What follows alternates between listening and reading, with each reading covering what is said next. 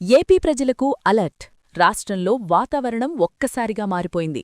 మొన్నటిదాకా వణికించిన చలి ఇప్పుడు మెల్లమెల్లగా మాయమవుతోంది. కాని అసలు ముప్పు ఇప్పుడే మొదలైందా?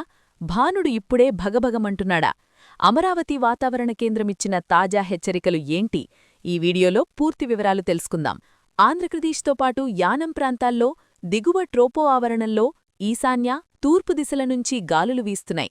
దీని ప్రభావంతో రాబోయే 3 రోజులపాటు రాష్ట్రంలో ప్రధానంగా పొడి వాతావరణం కొనసాగుతుందని వాతావరణ శాఖ స్పష్టం చేసింది. ప్రస్తుతానికి వర్షాల సూచనలు ఏమీ లేవని, వాతావరణం పొడిగానే ఉంటుందని అధికారులు తెలిపారు. ఉత్తర కోస్తా, దక్షిణ కోస్తా, ఆంధ్రతో పాటు రాయలసీమలోనూ ఇదే పొడి వాతావరణం కొనసాగనుంది.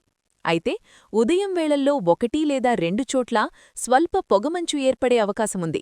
ముఖ్యంగా పగటి ఉష్ణోగ్రతలు పెరుగుతున్నందున ప్రజలు తగిన జాగ్రత్తలు తీసుకోవాలని నిపుణులు సూచిస్తున్నారు. లాంటి మరిన్ని లేటెస్ట్ అప్డేట్స్ కోసం ఇప్పుడే మా ఛానల్ని సబ్స్క్రైబ్ చేసుకోండి.